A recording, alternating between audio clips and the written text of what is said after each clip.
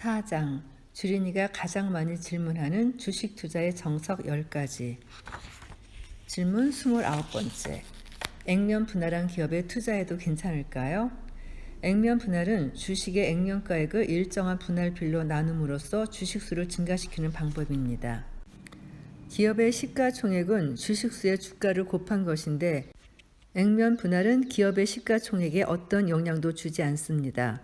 기업의 가치에는 사실 영향이 없는 것이죠. 하지만 착시 효과를 주게 됩니다. 한 주에 250만 원 하던 삼성전자가 액면 분할을 하게 되면 5만 원이 되기 때문에 주가가 매우 싸 보이는 효과가 발생합니다. 이는 거래가 없는 기업은 거래를 증가시키고 가격이 너무 비싼 기업은 액면 주가를 떨어뜨려 거래를 용이하게 해주는 효과가 있습니다. 액면 병합은 반대로 액면가를 상승시키고 주식수를 감소시키는 방법입니다. 두 방법 다 기업 가치에는 영향을 주지 않습니다. 30번째 질문. 기업의 분할이 주가에는 어떤 영향을 주나요? 분할은 회사 내의 여러 사업부를 떼어내서 새로운 회사로 만드는 것을 의미합니다. 분할은 기업의 사업을 독립된 회사로 만드는 작업입니다. 분할에는 두 가지 방식이 있는데요. 인적 분할과 물적 분할이 있습니다. 기업들이 주로 사용하는 방식은 인적 분할로 주로 지주의 지분이 나눠지는 분할입니다. 분할 후에는 별개의 기업으로 시장에 상장되고 거래가 됩니다. 삼성전자를 삼성전자와 삼성반도체로 인적 분할을 한다고 가정을 해보겠습니다. 만일 여러분이 삼성전자 주식을 100주 가지고 있는데 50대 50 인적 분할을 한다면 삼성전자 50주, 삼성반도체 50주를 보유하게 될 것입니다. 별개의 기업으로 분리되고 주주들은 그 비율만큼 각각의 기업을 소유하게 됩니다. 인적 분할을 하는 이유는 크게 두 가지입니다. 첫째, 경영 효율화를 위해서 하는데 크게 연관이 없는 두 개 이상의 사업부가 한 회사에 있는 것보다는 독립된 기업으로 있는 것이 사업을 하는 데 유리한 경우가 많습니다. 둘째는 지주사 전환을 위해서입니다. 인적 분할을 통해 지주사를 설립하고 사업회사를 따로 분리하면 복잡한 지분 관계를 해소할 수 있고 다수의 사업회사를 하나의 지주회사가 지배할 수 있어 효율적입니다. 여기서 잠깐 지주사라는 용어를 살펴보죠. 다른 회사, 자회사 주식을 보유하면서 그 회사를 관리 감독하는 회사를 의미합니다. 또 물적 분할은 회사의 재산을 분할하는 것입니다. 삼성전자를 100주 보유하고 있는데 삼성전자가 삼성반도체를 물적 분할하게 되어도 여러분은 삼성전자 100주를 그대로 보유하게 됩니다. 보유한 지분에 어떠한 변화도 생기지 않습니다. 삼성전자가 삼성반도체를 물적 분할하게 되면 삼성반도체는 새로운 회사로 탄생하지만 삼성반도체 지분은 다른 사람들이 보유하는 것이 아니라 삼성전자가 100% 보유하는 구조로 기업 가치에는 큰 영향이 없습니다. 2020년 9월 LG화학이 장중에 물적 분할을 한다는 공시를 냈고 이에 주가가 급락했습니다. LG화학은 석유화학, 바이오, 2차 전지 사업 등을 하고 있는데 핵심은 2차 전지입니다. 가장 핵심적인 사업인 2차 전지 사업부를 떼어내서 LG 에너지 솔루션을 설립했고 LG 에너지 솔루션 지분 100%를 LG화학이 보유하게 되는 구조인 물적 분할을 한 것입니다. 그런데 시장에서는 핵심 사업인 LG 에너지 솔루션이 독립하자 LG화학의 주가가 크게 떨어지는 반응을 보였죠.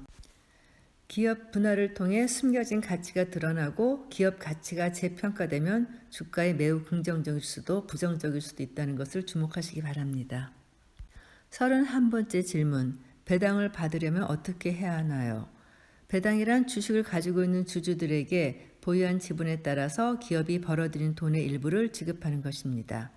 그러면 실제 기업이 얼마만큼의 배당을 주는지를 알아야 하겠죠. 먼저 배당 성향의 의무부터 알아봅시다. 배당 성향이란 기업이 연간 순이익에서 배당으로 주는 비율을 나타냅니다. 배당 성향이 30%이면 100억 원의 이익을 내는 기업이 30억 원을 배당으로 지급하고 있다는 것을 의미합니다. 이 30억 원을 회사가 발행한 주식수로 나누면 주당 배당금이 나옵니다. 배당 수익률이 어떻게 계산되는지도 알아두면 좋습니다. 삼성전자의 주가가 6만 원이고 연간 배당금을 만일 1,500원을 준다고 가정을 해보겠습니다. 1,500원을 6만 원으로 나오면 0.025가 나오고 100분율을 하면 2.5%가 됩니다. 즉 연간 배당금을 현재 주가로 나누면 그 기업의 현재가 기준 배당 수익률이 계산됩니다. 32번째 질문. 선물 옵션 만기일이 되면 왜 촉각을 곤두세우나요? 주식은 기업의 지분을 사는 것입니다. 기업의 지분을 사서 10년 이상 장기 보유를 할 수도 있고 매수한 당일에 매도해서 지분을 정리할 수도 있습니다. 보유 기간에 제한이 없는 것이죠. 반면 선물과 옵션이라는 상품은 보유할 수 있는 최대 기간이 정해져 있습니다. 선물 옵션 만기일이란 선물과 옵션을 더 이상 보유할 수 없는 만기를 의미합니다. 선물은 3개월에 한 번씩, 옵션은 한 달에 한 번씩 만기일이 있습니다. 옵션은 매월 두 번째 목요일, 선물은 3, 6, 9, 12월 두 번째 목요일이 만기일입니다. 만기일에는 시장 변동성이 평소보다 커지는 경향이 있습니다. 33번째 질문. 외국인 투자자는 누구이고 어떻게 투자하나요? 주식시장에는 다양한 참가자들이 존재합니다. 이 책을 읽고 있는 여러분 같은 개인 투자자도 있고 큰 자금을 운용하는 기관 투자자도 있습니다. 해외에서 투자를 하는 외국인 투자자들도 당연히 있습니다. 특히 외국인 투자자들은 대규모 자금을 운용하는 기관 투자자들이 굉장히 많기 때문에 시장에 미치는 영향력이 매우 큽니다. 그리고 외국인은 스몰캡보다는 대형주, 그 중에서도 삼성전자나 현대차 같은 초대형주를 주로 매매합니다. 지수와 연동되는 대형주 중심으로 투자를 하는 것이 특징적입니다. 이렇듯 외국인 투자자들은 자금 규모가 크고 대형주를 위주로 매매하기 때문에 국내 증시에 미치는 영향력이 매우 큽니다. 원달러 환율, 중국과 대만과의 상대평가, 글로벌 경기 등에 따라 자금을 유출하기도 하고 유입시키기도 합니다. 외국인 투자자들의 동향은 한국 증시의 중장기 방향을 결정한다는 점에서 항상 면밀히 관찰해야 합니다. 34번째 질문. 기관 투자자는 누구이고 어떻게 투자하나요? 기관 투자자는 증권시장에서 대규모 자금을 운용하는 투자자로 일반인이나 법인으로부터 자금을 모아 주식에 투자하는 법인 형태의 투자자를 의미합니다. 간단히 말하면 여러분이 직접 주식에 투자한다면 여러분은 개인 투자자입니다.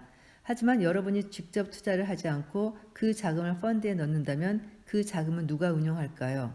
여러분이 직접 하는 게 아니라 그 펀드를 운영하는 기관 투자자가 대신 매매를 하게 되겠죠. 이렇게 타인으로부터 모은 자금을 운용하는 투자자를 기관 투자자라고 합니다. 기관 투자자는 금융투자, 투자 신탁, 은행, 보험, 종금, 연기금, 사모펀드 등 그 종류가 다양하고 성격도 다릅니다. 대규모 자금을 운용하고 있기 때문에 외국인처럼 시장에 큰 영향력을 행사하고 있습니다. 35번째 질문. 많이 똑똑해진 개인 투자자, 요즘 어떻게 투자하나요? 개인 투자자는 바로 여러분입니다. 한국 사람으로서 증권사에 계좌를 개설하고 직접 주식 매매를 하는 투자자를 개인 투자자라고 합니다. 2020년 11월 현재 한국 주식시장에 참가하고 있는 개인 투자자는 600만 명이 넘는다고 합니다. 저금리, 정부의 부동산 규제 등의 정책으로 개인 투자자의 증시 유입은 지속되고 있습니다. 고객 예탁금의 급증과 대형주 선호로 개인 투자자들의 영향력이 점차 커지고 있습니다. 36번째 질문. 코스피와 코스닥 지수의 정기 변경의 기회가 있나요? 국내 증시에는 총 2,200개가 넘는 기업들이 상장되어 있습니다. 이 많은 기업들 중에서 시장을 대표하는 기업은 몇 개나 될까요? 정답은 350개입니다. 미국의 다우지수는 30개의 종목으로만 구성되어 있고 S&P 500은 500개의 종목으로 구성되어 있습니다. 한국에는 350개의 종목으로 구성된 코스피 200과 코스닥 150 지수가 있습니다. 코스피, 코스닥 지수는 전체 기업을 다 지수한 것인데 코스피 200과 코스닥 150은 각각 200개, 150개의 기업만으로 구성되어 있는 지수입니다. 코스피 200에는 삼성전자, SK하이닉스, 네이버, 현대차, LG화학, 삼성바이오로직스, 셀트리온 등의 기업이 포함되어 있고 코스닥 150에는 CJ E&M, 펄어비스, KMW, 스튜디오 드래곤 등의 기업이 포함되어 있습니다. 이러한 대표 지수에 편입되는 주요 기준은 시가총액입니다. 따라서 특정 기간의 평균 시가총액 순위를 기준으로 해서 편입, 편출 기업을 선정하게 됩니다. 코스피 200과 코스닥 150 지수는 1년에 2번 리밸런싱을 합니다. 6월과 12월 선물 옵션 동시 만기일 종가 기준으로 교체가 이루어집니다. 새롭게 편입되는 기업은 자금이 유입되면서 단기 상승세를 보이는 경우가 많고, 편출되는 기업은 자금이 이탈해 주가가 단기 하락세를 보이는 경우가 많습니다. 37번째 질문. 공매도와 대차 거래로 주가를 예측할 수 있나요? 먼저 용어 설명부터 해야겠죠. 공매도에서 공은 한자로 빌공입니다. 말 그대로 없는 것을 판다는 것을 의미합니다. 투자자 본인이 가지고 있지 않은 것을 빌려서 파는 것을 뜻합니다. 주가가 하락하면 큰 수익을 낼 수 있는 투자 방법입니다. 공매도 투자는 주식을 먼저 매도하고 일정 기간 후에 매수를 해서 수익이나 손실을 확정 짓습니다. 매도부터 먼저 하기 때문에 공매도가 많은 기업은 몸살을 앓을 수밖에 없습니다. 아무리 실적이 좋아도 결국 매수하는 사람이 많아야 주가가 상승합니다. 매도부터 하는 물량이 많다는 것은 기업의 주가에 악영향을 줄 수밖에 없기 때문입니다. 대차 거래는 주식을 빌리는 거래를 의미합니다. 미국에서는 주식을 빌리지 않고도 공매도를 할 수 있지만 한국에서는 이렇게 하면 불법입니다. 한국 주식시장에서는 반드시 주식을 먼저 빌리고 나서 그 빌린 주식을 시장에 팔 수가 있습니다. 주가의 하락에 베팅하는 공매도는 어떻게 해서 수익을 내는지 구조를 알려드리겠습니다. 삼성전자를 공매도한다고 가정을 해보겠습니다. 공매도하기 위해서 일단 삼성전자를 보유한 투자자에게 가서 삼성전자 주식을 빌려야 합니다. 100주를 빌렸습니다. 삼성전자 100주를 대차 거래한 것으로 기록이 됩니다. 이 100주를 6만 원에 매도해 보겠습니다. 주가가 하락해서 5만 원까지 빠졌고 다시 100주를 5만 원에 사보겠습니다. 빌렸던 100주를 다 갚으면 끝납니다. 먼저 6만 원에 100주를 팔았기 때문에 매도 금액은 600만 원이 됩니다. 600만 원이 계좌에 들어옵니다. 그리고 5만 원에 다시 100주를 샀습니다. 매수 금액은 500만 원입니다. 100만 원은 계좌에 남아 있습니다. 빌린 주식은 그대로 100주이기 때문에 그 수량만큼만 갚으면 됩니다. 주가가 20% 하락했고 공매도 투자자는 20%인 100만 원의 이익을 낸 것입니다. 공매도는 이렇듯 회사의 주가가 하락할 가능성이 높을 때 수익을 내기 위한 투자 방법 중 하나입니다. 그리고 주가가 하락해야 수익이 나기 때문에 주가에 부정적으로 작용하는 경우가 많습니다. 하지만 공매도는 단기적인 주가에 악영향을 줄 수 있지만 결국 주가를 결정하는 것은 기업의 실적과 성장성임을 잊지 마시기 바랍니다. 38번째 질문. 실적을 발표할 때 언급되는 컨센서스란 뭔가요? 실적은 기업의 성적표입니다. 매 분기마다 기업들은 성적표를 공개합니다. 컨센서스는 시장이 기대하는 실적 예상치입니다. 영업이익이 컨센서스를 플러스 10% 이상 상회하는 것을 어닝 서프라이즈라고 합니다. 그럼 실적 컨센서스는 어떻게 형성될까요? 컨센서스는 애널리스트들의 예상치입니다. A라는 애널리스트가 삼성전자의 영업이익을 5조 원으로 예상했고 B는 8조 원, C는 10조 원, D는 12조 원, E는 15조 원으로 예상했다고 가정을 해보겠습니다. 가장 높은 것과 가장 낮은 것을 뺀 후에 남은 것들로 평균을 냅니다. 이때 평균값이 10조 원이 나옵니다. 이것이 바로 컨센서스입니다. 즉 시장이 예상하는 예상 영업이익이라고 생각하면 됩니다. 그런데 A라는 기업의 영업이익 컨센서스가 1,000억 원인데 1,200억 원이 나왔다면 시장은 환호하고 주가는 급등할 가능성이 높습니다. 컨센서스보다 20% 이상 잘 나왔기 때문입니다. 반대로 900억 원이 나왔다면 실망할 것이고 주가는 하락할 가능성이 높습니다. 실적 시즌에는 작년 대비 이익이 증가했는지 감소했는지도 중요하지만 컨센서스보다 잘 나왔는지 여부가 더 중요합니다. 이어지는 5장은 주린이가 가장 궁금해하는 기술적 분석 7가지를 담고 있습니다. 주식 투자를 하는 데 있어서 기술적인 분석도 매우 중요합니다. 현재 시장이 상승 추세인지 혹은 하락 추세인지, 위치가 높은지 낮은지, 매수를 하기에 적당한지 혹은 기다려야 하는지 등 매매 타이밍을 알기 위해서 기술적 분석을 할 줄 알아야 합니다. 기술적 분석에는 다양한 지표들이 활용되는데 간단한 지표부터 복잡한 지표까지 활용 범위는 무궁무진합니다. 모든 기술적 지표를 활용하면 좋지만 워낙 많은 지표가 있어서 쉽지 않고 5장에서는 주린이가 반드시 알아야 하는 기술적 지표만을 선정했습니다. 투자 시점을 파악하는 데 유용하게 활용하시기 바랍니다. 질문 39번째. 양봉과 음봉은 어떤 의미인가요? 한국에서는 빨간색을 상승으로 표시하고 파란색을 하락으로 표시합니다. 근데 미국은 초록색이 상승이고 빨간색이 하락이랍니다. 한국은 일본식 스타일인 봉 차트를 대부분 보고요. 미국은 선 차트를 주로 봅니다. 국내 주식 투자를 하시는 분들은 당연히 봉 차트를 알고 있어야 합니다. 봉 차트가 바로 기술적 분석의 가장 기초이기 때문입니다. 양봉은 시가가 현재가보다 더 높은 상태를 의미하고 음봉은 시가보다 현재가 더 낮은 상태를 의미합니다. 양봉은 매수의 힘이 세기 때문에 강세를 의미하고 음봉은 매도의 힘이 세기 때문에 약세를 의미합니다. 봉의 길이도 매우 중요합니다. 봉의 길이가 긴 양봉이면 장대 양봉, 봉의 길이가 긴 음봉이면 장대 음봉이라고 합니다.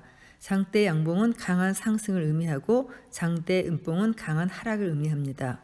봉 차트에는 윗꼬리와 아랫꼬리도 있습니다. 윗꼬리의 끝은 고가를 의미하고 아랫꼬리의 끝은 저가를 의미합니다.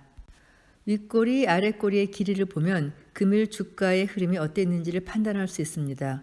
윗꼬리가 길다는 것은 종가가 당일 고점 대비 크게 밀렸다는 의미고 장중 강한 상승을 보였지만 고점에서 강한 매도세가 출현해 밀리면서 마감한 것입니다. 윗꼬리가 긴 봉의 출현은 단기적인 주가의 하락을 예고하는 패턴 중의 하나입니다. 반대로 아랫꼬리가 길다는 것은 종가가 당일의 저점 대비 크게 상승했다는 의미로 장중 급락을 보이던 주가가 강한 매수세의 출현으로 반등을 하면서 마감한 것입니다.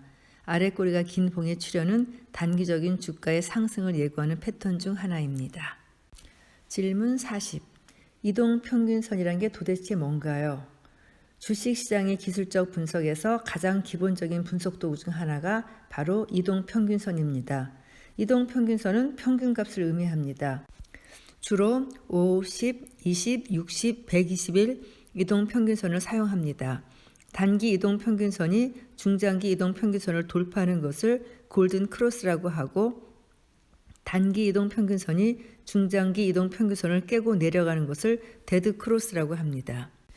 이 이동평균선들이 위로 상승하는 모습을 보여주고 있다면 이 기업은 기술적으로 상승 추세를 이어가고 있다고 생각하면 됩니다. 반대로 주가가 이동평균선 아래에 있다면 기술적으로 하락 추세를 이어가고 있다고 판단하면 됩니다.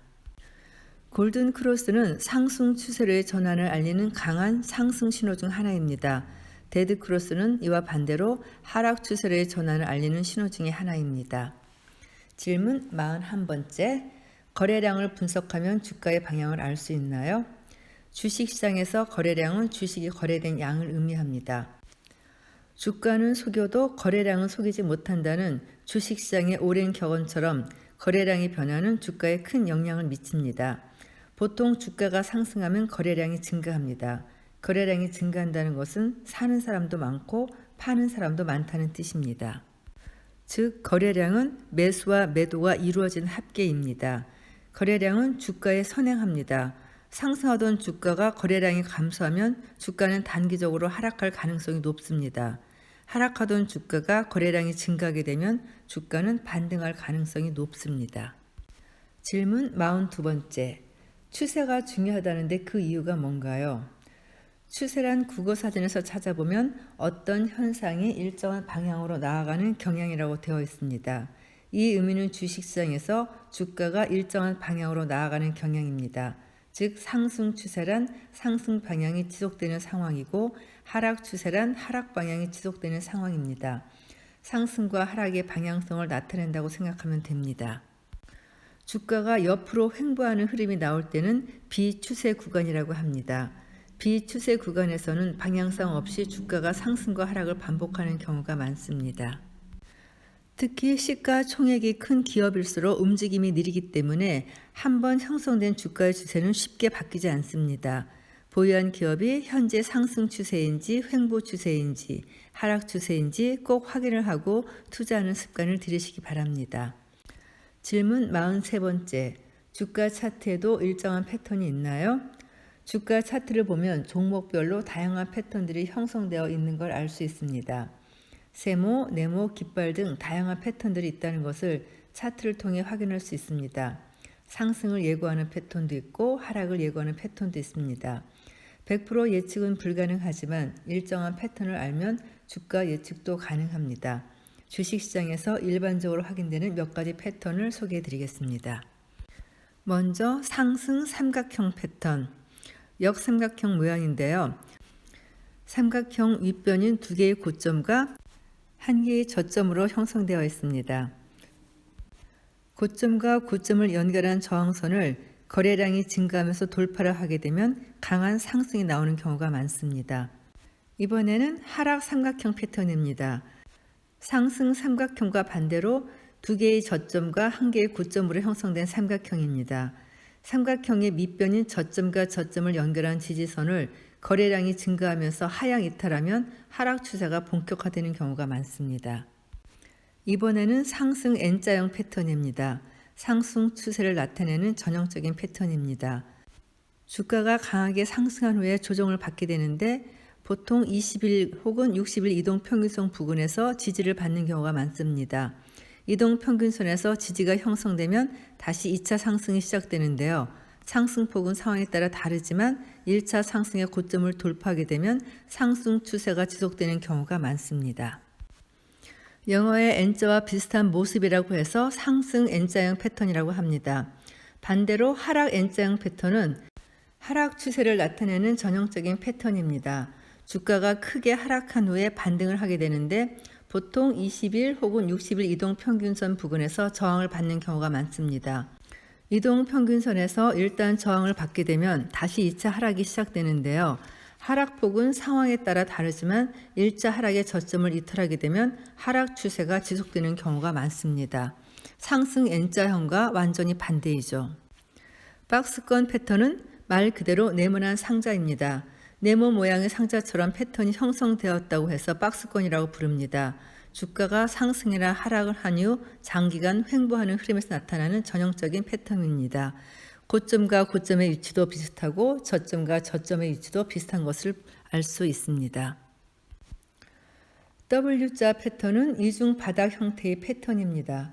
주가가 하락하고 나면 보통 반등을 하게 됩니다. 반등 후에 지속적인 상승을 보이는 경우도 있지만 대부분 한 차례 더 하락을 하고 나서 상승을 합니다. 영어 대문자 W자처럼 패턴이 형성된 걸 확인할 수 있습니다. 이를 이중 바닥이라고 표현합니다. 물론 이러한 패턴들이 정답이라고 할 수는 없지만 상승 추세, 하락 추세, 횡보 추세를 나타내는 패턴들을 통해 주식 투자자는 향후 주가가 어떻게 흘러갈 것인지 일부 예측할 수 있습니다. 질문 44번째. 헤드앤숄더 패턴이 도대체 뭔가요? 헤드앤숄더는 주가 차트에 나타나는 전형적인 패턴 중에 하나입니다. 헤드앤숄더만 따로 떼내 그릴 수 있는 이유는 이 패턴이 매우 중요하기 때문입니다. 주가의 고점과 바닥을 확인하는 지표 중에서 가장 확률이 높고 많이 쓰이는 패턴입니다.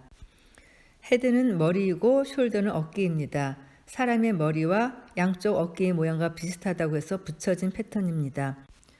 차트 모양은 세 개의 산봉우리처럼 보여집니다. 가운데가 머리고 양쪽이 어깨라고 볼 수 있죠. 헤드앤숄더 형태가 만들어졌다고 해서 주가가 무조건 급락하는 것은 아닙니다.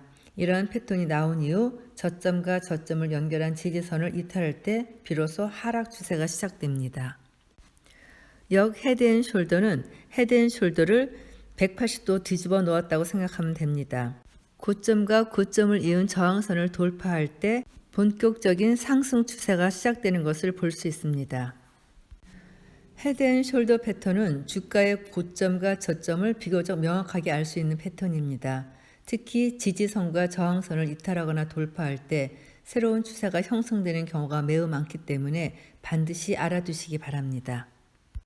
질문 45번째. 이격도는 어떤 개념이고 어떻게 활용되나요? 이격도는 주가와 이동평균선 사이의 간격을 나타내는 보조 지표입니다.